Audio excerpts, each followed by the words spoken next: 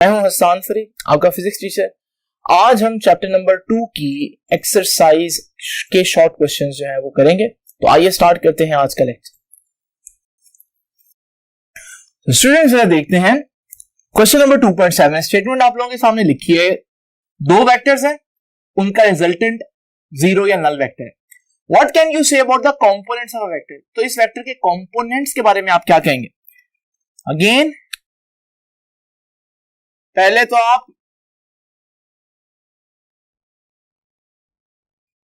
Answer में एक conclusive statement देंगे और फिर आप उसको एक्सप्लेन करेंगे। तो मैं पहले एक्सप्लेन करता हूं और फिर उसके बिना पर हम आंसर में क्या लिखना है वो देखेंगे। तो जरा देखिए, दो वेक्टर्स हैं, उनका सम नल वेक्टर आ रहा है। तो मैं इस वेक्टर ए को उसके कंपोनेंट्स की फॉर्म में लिख सकता हूं, ए एक्स आई प्लस ए वाई जे। और ये जो दूसरा वेक्टर बी है, इसको कंपोनेंट्स की फॉर्म में लिख सकता हूं, बी एक्स आई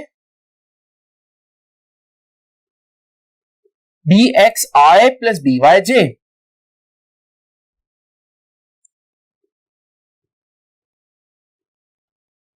और ये दोनों वेक्टर्स ऐड होकर क्या रहे हैं? जीरो या नल वेक्टर। तो मैं नल वेक्टर को भी यूं लिख देता हूं, जीरो वेक्टर के बजाय लिख देता हूं कि जीरो आई और जीरो जे, क्योंकि जब आई भी जीरो होगा जे भी जीरो होगा तो वो नल वेक्टर होगा। अब आपको मालूम है आई में आई हैट ही ऐड हो सकता है, तो ये हमारे पास आ जाएगा ए एक्स आई हैट प्लस बी एक्स आई हैट। इसी तरह से y में y कंपोनेंट ही ऐड होगा, तो ए वाई जे प्लस बी वाई जे। और वहां पर हमारे पास जीरो आई हैट प्लस जीरो जे है। अब जरा देखिए, हमारे पास यहां से आई हैट कॉमन आएगा। जब आई हैट कॉमन आएगा, अंदर रह जाएगा ए एक्स प्लस बी एक्स, और यहां से हमारे पास जे हैट कॉमन आएगा और ब्रैकेट में रह जाएगा ए वाई प्लस बी वाई, और इधर रह जाएगा जीरो आई हैट प्लस जीरो जे है। अब जरा देखिए, जो यहां पर आई हैट के साथ है वही यहां पर भी आई हैट के साथ होना चाहिए। अगर हम कंपेयर करें तो आई हैट के साथ यहां क्या है? ए एक्स प्लस बी एक्स, और यहां क्या है? जीरो।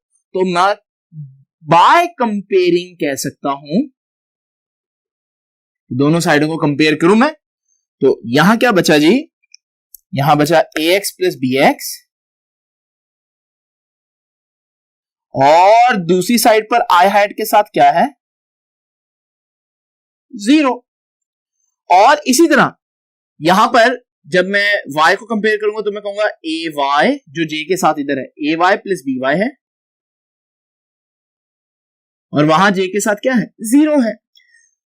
और अगर मैं वेक्टर फॉर्म में लिखूं तो इसी चीज को मैं वेक्टर फॉर्म में ऐसे लिखूंगा, हर चीज पर मैं वेक्टर पुट कर दूंगा, तो ax, अब ये वेक्टर की फॉर्म में आ गया, तो यहां पर भी वेक्टर आ जाएगा। और इसी तरह A Y plus B Y is equal to null vector. अब जरा देखिए, वक्त आया कि हम इसको कंक्लूड करते हैं इस पूरी स्टेटमेंट को। तो देखिए, वो कह रहा था कि अगर दो वेक्टर्स का सम जीरो है या नल वेक्टर है तो उनके कंपोनेंट्स के बारे में क्या ख्याल है? तो ये आंसर आ गया। तो उनके कंपोनेंट्स का भी सम क्या होगा? Null vector.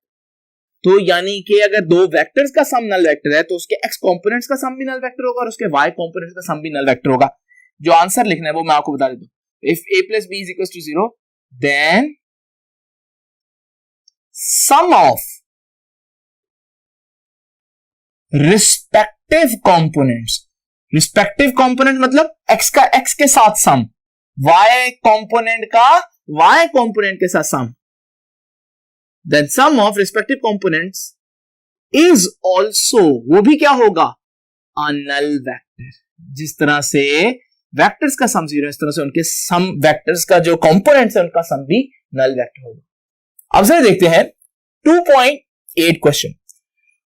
ये मैंने आपको थ्योरी में भी पढ़ाया था, तो इसका पहले आप आंसर देंगे और फिर आप इसका मैथमेटिकल प्रूफ देंगे।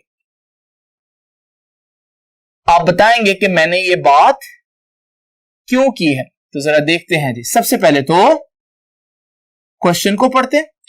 Under what circumstances would a vector has components that are equal in magnitude? ऐसा कौन सा एंगल है जिसपे वेक्टर्स का मैग्नीट्यूड जो है वो आपस में बराबर आते हैं। जरा देखते हैं। हमें मालूम है वेक्टर का एक कंपोनेंट होता है x कंपोनेंट और वेक्टर का दूसरा कंपोनेंट होता है y कंपोनेंट, और वो पूछ रहा है वो कौन सा एंगल है जिस पर x कंपोनेंट और y कंपोनेंट बराबर आएंगे। अब ये condition according to the question मैंने लिख दी। अब x कंपोनेंट सबको मालूम है किसके बराबर होता है, ax a cos थीटा होता है, और ay a sin थीटा होता है। ये देखिए जी a तो a से कैंसिल हो गया, sin थीटा उधर है, cos थीटा उधर जाकर डिवाइड हो जाएगा। तो नेक्स्ट स्टेप में हम कहेंगे sin theta over cos theta किसके बराबर आएगा, 1 के, क्योंकि अगर cos उधर चला जाएगा तो इधर तो पीछे 1 रह जाएगा। और sin theta over cos theta होता क्या है, sin theta over cos theta तो tan थीटा होता है, तो tan थीटा 1 आ गया। अब tan किस एंगल पर 1 आंसर देता है, याद रखिएगा थीटा जब 45 हो, कैलकुलेटर से करके देखिएगा, tan 45 1 होता है। इसका मतलब वो कौन सा एंगल है जिस पर वेक्टर के कंपोनेंट्स बराबर होते हैं, तो वो एंगल है 45 डिग्री। तो यही बात आप आंसर में लिखेंगे। तो under what circumstance would a vector has component that are equal in magnitude, क्या सर्कमस्टांस है, व्हेन वेक्टर मेक्स, वेक्टर बनाए 45 degree from positive X axis.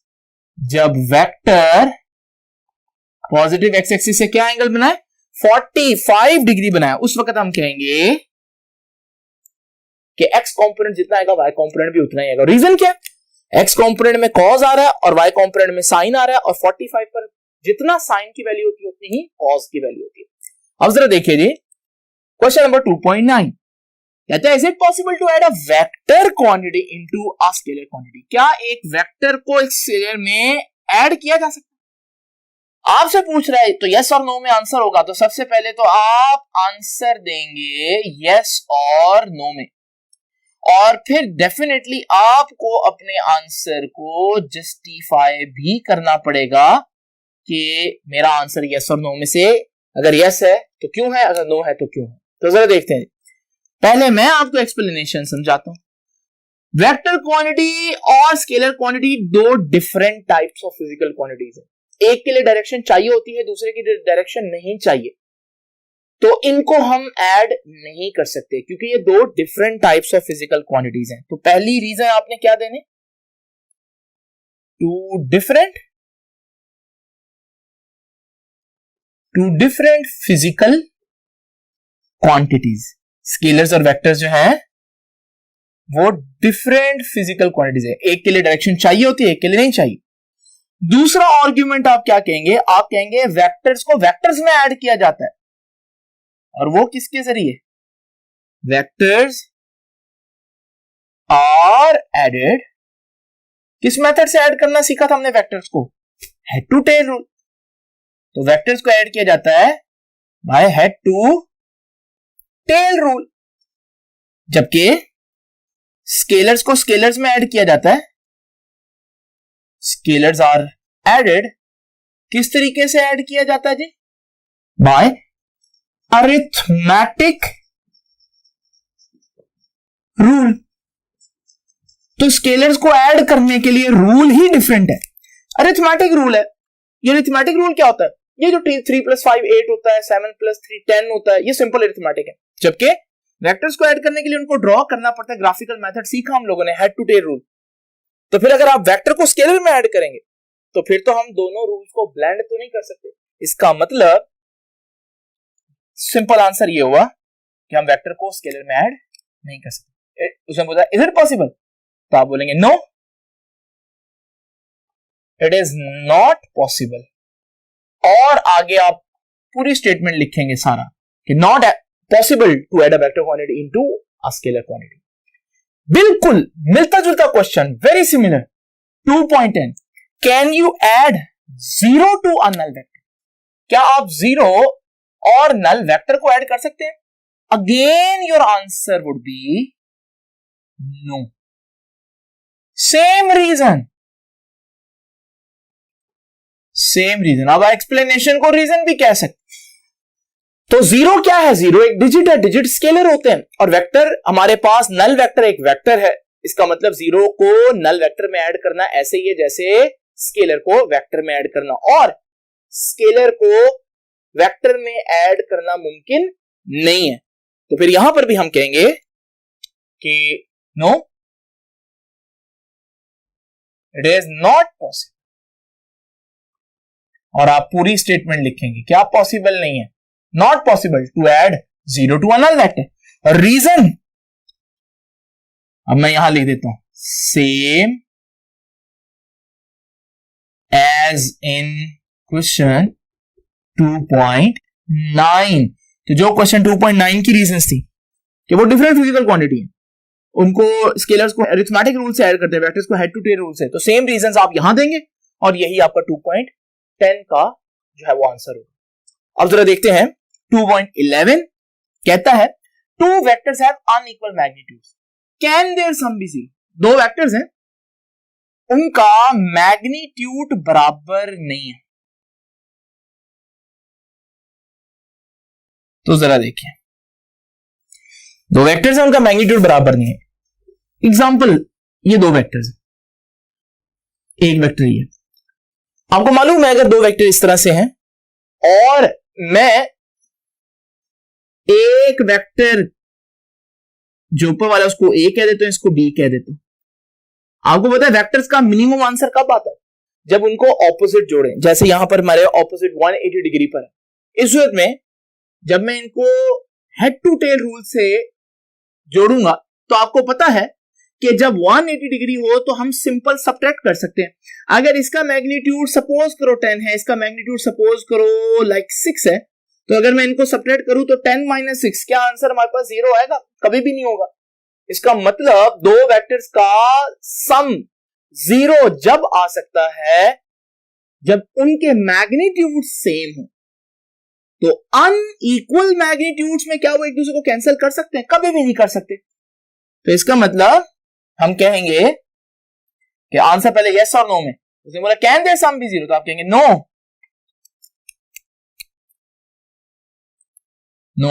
There sum can not be 0. Their sum can not be 0, उनका सम 0 नहीं हो सकता. और explain क्या करेंगे कि सम 0 होने के लिए क्या जरूरी है? फॉर सम टू बी 0, सम को 0 होने के लिए वेक्टर्स मस्ट हैव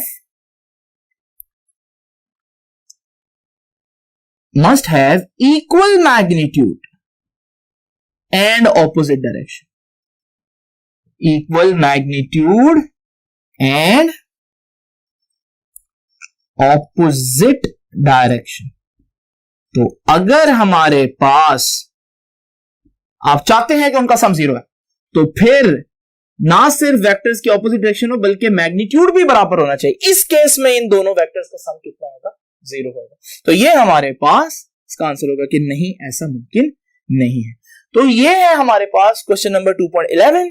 आइए जरा देखते हैं क्वेश्चन नंबर 2.12 को किस तरह सॉल्व करना है.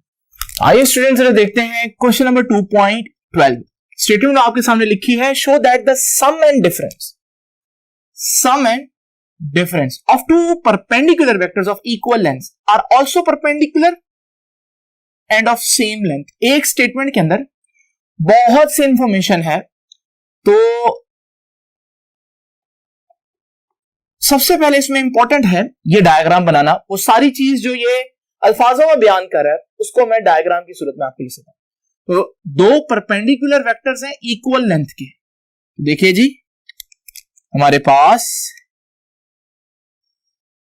एक वेक्टर और ये दूसरा वेक्टर, तो एक दूसरे पे परपेंडिकुलर भी है और इसको मैं वेक्टर ए कह देता हूं और इसको मैं वेक्टर बी कह देता हूं। ये दोनों वेक्टर्स बराबर भी हैं और परपेंडिकुलर भी हैं। अब वो कहता है इसका जो सम होगा, ये होगा इसका सम, इसे मैं कहूंगा कि ये हमारा रिजल्टेंट है और ये सम शो कर रहा है दोनों वेक्टर्स का, तो ये a प्लस बी हो।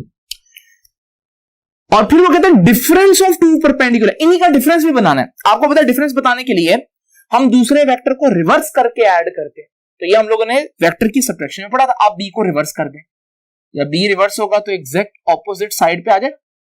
अगर ये ऊपर वाला b है तो ये नीचे वाला नेगेटिव b है। अब a में नेगेटिव b ऐड करें तो हमारे पास ये रिजल्टेंट होगा और ये रिजल्टेंट बता रहा है कि आपने a में नेगेटिव b ऐड किया, कि आपने a में नेगेटिव b ऐड कर दिया। अब ये है सम वेक्टर, ठीक है, और ये है माइनस यानी कि डिफरेंस बता रहे। और वो क्या कह रहा है, मैं नीचे वाले को r डैश कह देता हूं ताकि आप इनमें डिफरेंस कर सके। वो कहता है सम और डिफरेंस के जो वेक्टर्स हैं, ये रेड में जो बने, कहता है प्रूव करें कि ये भी परपेंडिकुलर हैं और इक्वल हैं, यानी a और b दोनों वेक्टर्स परपेंडिकुलर भी हैं और इक्वल भी हैं, ये उसने बता दिया। लेकिन उनके सम और उनके डिफरेंस के वेक्टर्स भी आपस में परपेंडिकुलर भी होंगे और इक्वल भी होंगे, ये देखें। तो हमें दो चीजें, इन दोनों रेड वेक्टर्स को परपेंडिकुलर शो करना है और इन्हीं दो रेड वेक्टर्स को सेम लेंथ यानी कि सेम मैग्नीट्यूड का शो करना। तो पहले मैं क्यों ना मैग्नीट्यूड चेक करता हूं जरा, देखिए मैग्नीट्यूड ऑफ आर, इसका मैग्नीट्यूड निकालता हूं, ठीक है, रिजल्टेंट।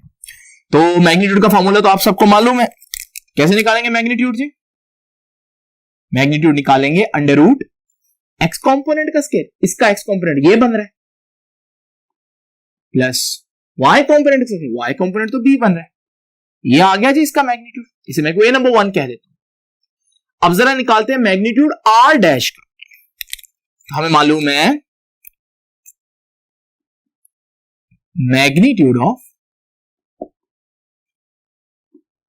आर डैश वेक्टर, और वो कैसे निकालेंगे जी? Same formula. कैसे निकालेंगे magnitude? Under root X component का स्क्वायर। अब इसका एक्स कॉम्पोनेंट तो ए ही बन रहा है, प्लस इस वेक्टर का वाई कॉम्पोनेंट नेगेटिव बी बन रहा है।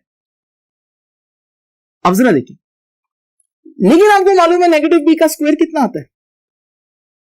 नेगेटिव का स्क्वायर तो पॉजिटिव नंबर ही आता है। तो इसका मतलब A square plus B square under root और A square plus B square under root दोनों का मैग्नीट्यूड सेम ना आ गया। तो ये बात तो साबित हो गई कि they are of same length. अब मैं कहूंगा हेंस जितनी मैग्नीट्यूड आर का है यानी कि सम वेक्टर का, उतना मैग्नीट्यूड डिफरेंस वेक्टर का। अब जरा देखते हैं एंगल, ये एंगल फाइंड आउट करना है, ये वाला रेड और रेड वेक्टर के दोनों।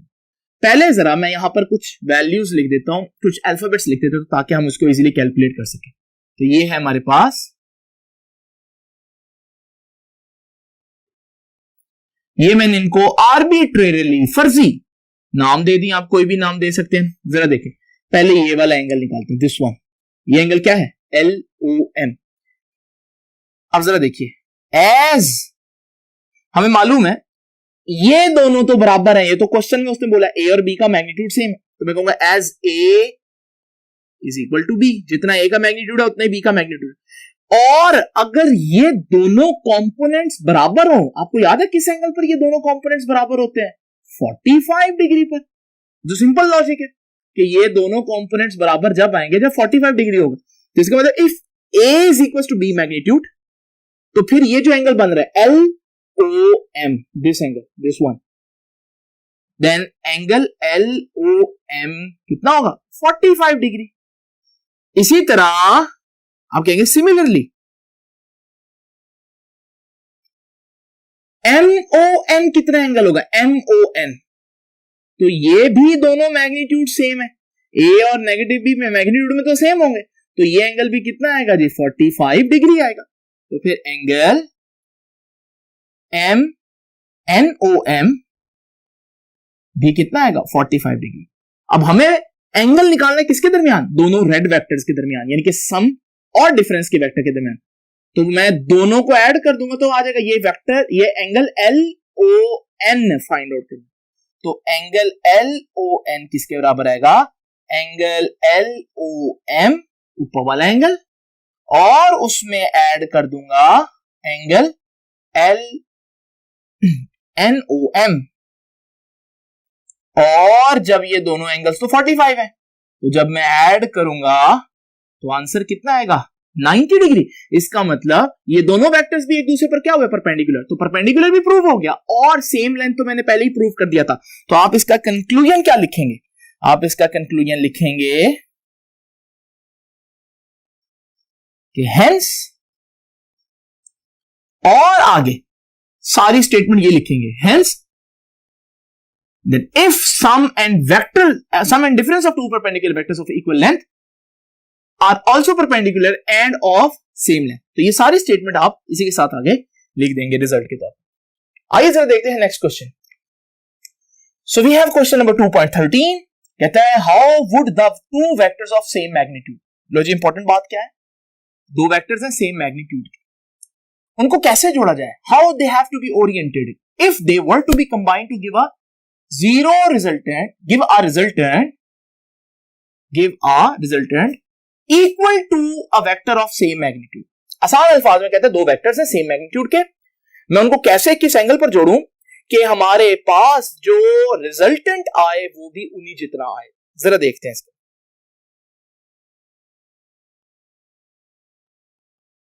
देखिए जी, सबसे पहले मैं आपके पास सिचुएशन एक्सप्लेन करता हूं। सिचुएशन कुछ इस तरह से, दो वेक्टर्स हैं, इमेजिन करें एक वेक्टर को मैं कह देता हूं A और एक वेक्टर को कह देता हूं कि वो B है। So this is A, this one is B, और हमारे पास रिजल्टेंट जो है वो R है। अब मैं चाहता हूं कि जितना ये हो उतना ही ये है, लेकिन इनको ऐसे एंगल पर जोड़ूं कि ये जो रेड वाला आंसर आ रहा है ये भी उन्हीं जितना है। अगर ये तीनों साइडें बराबर हो गई ये तो एक इक्विलेटरल ट्रायंगल नहीं बनेगी। और इक्विलेटरल ट्रायंगल के बारे में आप लोग जानते हैं कि इक्विलेटरल ट्रायंगल में सारे एंगल 60 होते हैं। तो जब भी हमारे पास तीनों साइड्स बराबर हो किसी भी ट्रायंगल की तो उसके एंगल 60 बनेंगे। तो फिर दो वेक्टर्स के दरमियान क्या एंगल हो कि उनको जोड़े और रिजल्टेंट भी उतना ही आए। तो आप में से कुछ बच्चे सोचेंगे 60, लेकिन ये वेक्टर्स है बेटा, और वेक्टर्स में हम लोगों ने पढ़ा है कि एंगल कोई भी नहीं लिया जा सकता, बल्कि वेक्टर्स के दरमियान एंगल हमेशा उनकी टेल्स के दरमियान होगा। यहां पर इस वेक्टर का हेड आ रहा है जबकि दूसरी वेक्टर की टेल आ रही है, तो ये तो जो एंगल 60 आ रहा है ये तो टेल और हेड के दरमियान बन रहा है।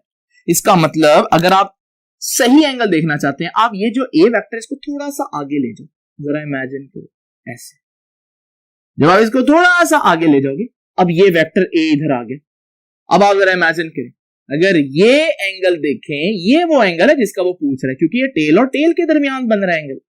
आपको मालूम है ये टोटल एंगल 180 होता है, इतना 60 है, तो फिर बकाया कितना होगा 120 डिग्री। यानी कि दो वेक्टर किस एंगल पर हो तो उनका रिजल्टेंट भी उन्हीं जितना आएगा, तो इसका आंसर है 120 डिग्री। ठीक है जी। तो इसके एक्सप्लेनेशन में आप रीजन देंगे किसकी, कि ये इक्विलेटरल ट्रायंगल है